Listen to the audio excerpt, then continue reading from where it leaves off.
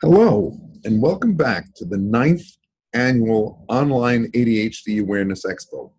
My name is Alan Graham, and in just a moment, I'll be talking to you about the 3 top tips for finding an ADHD coach.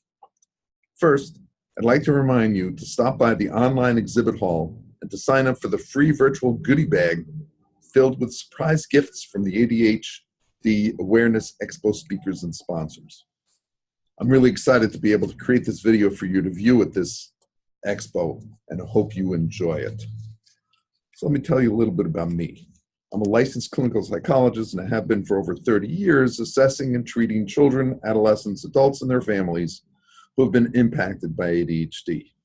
Additionally, I became a certified coach in 2003 and an ADHD coach as soon as certifications became possible in the late 2000s.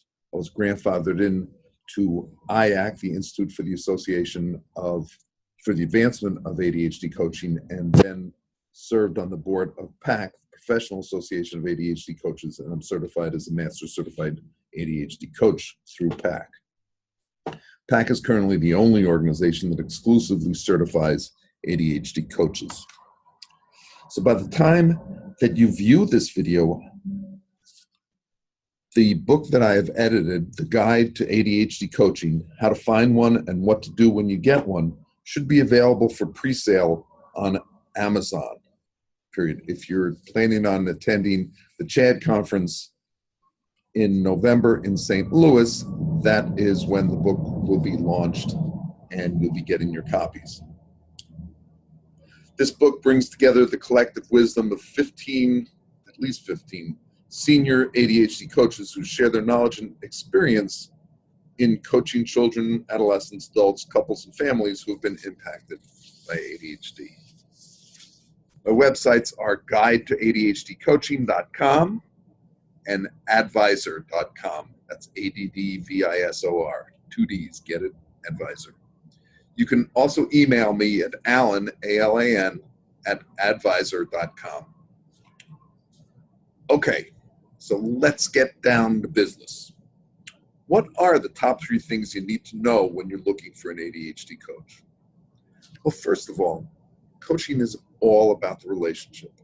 In all the research that has been done on psychotherapy, on coaching, etc., it always comes down to the relationship. How do you get along in psychotherapy with your therapist, in coaching with your coach? So, do you feel comfortable with your coach? Do you want to feel uncomfortable? Sometimes people want to feel that they're being pushed and they don't want to be in their comfort zone.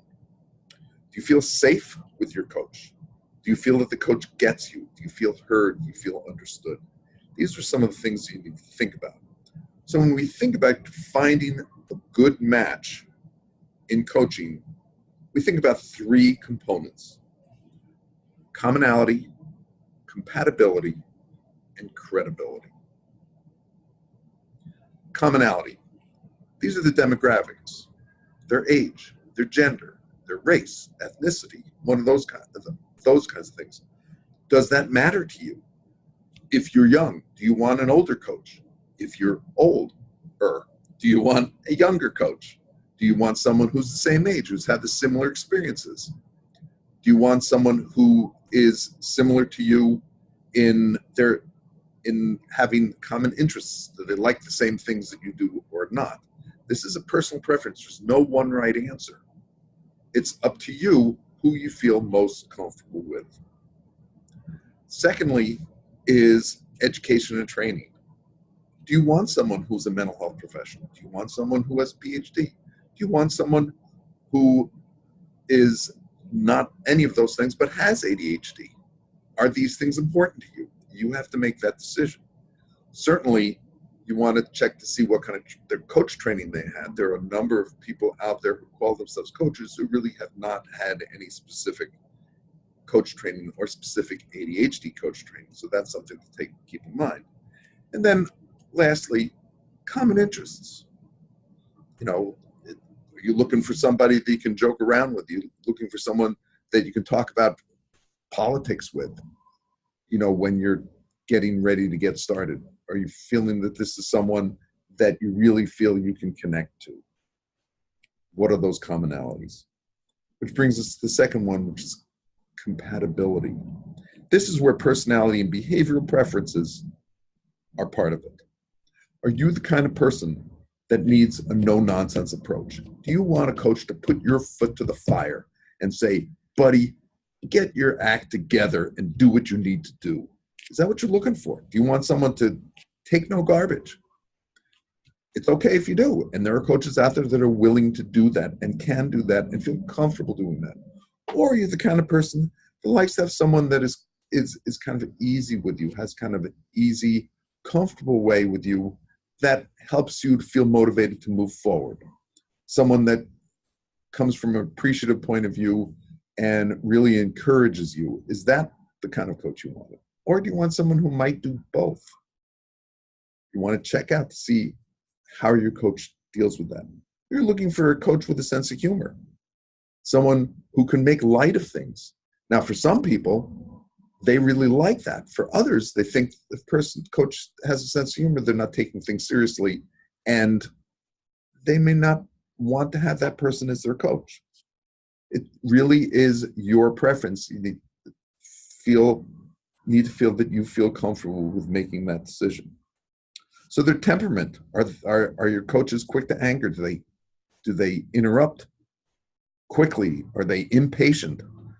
You may want one who interrupts on you a lot because you feel that you kind of are a verbal processor and you just talk, and you want someone to stop you.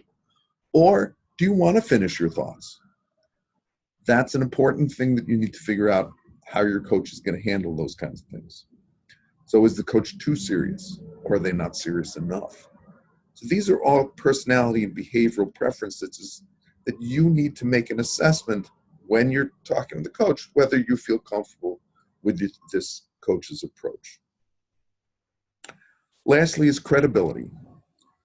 Do you feel that the coach has the competence and the training to help you reach their goals? So what is their training? That's a good question.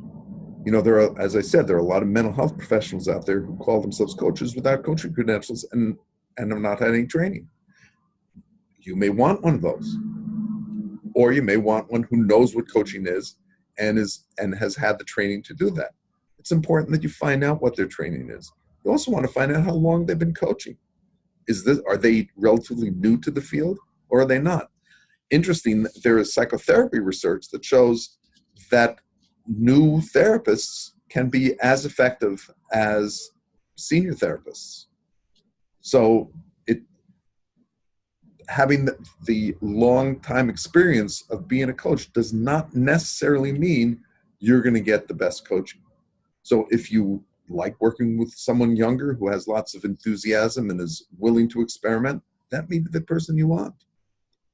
But initially, when you're having that initial call with your prospective coaches, you want to really get a sense of how you feel they work. So those are the three things you want to look for. Commonality. Do the demographics measure up? Do they match up for you? Is that an issue for you? Do you have some common interests? Do you feel comfortable with them? Compatibility.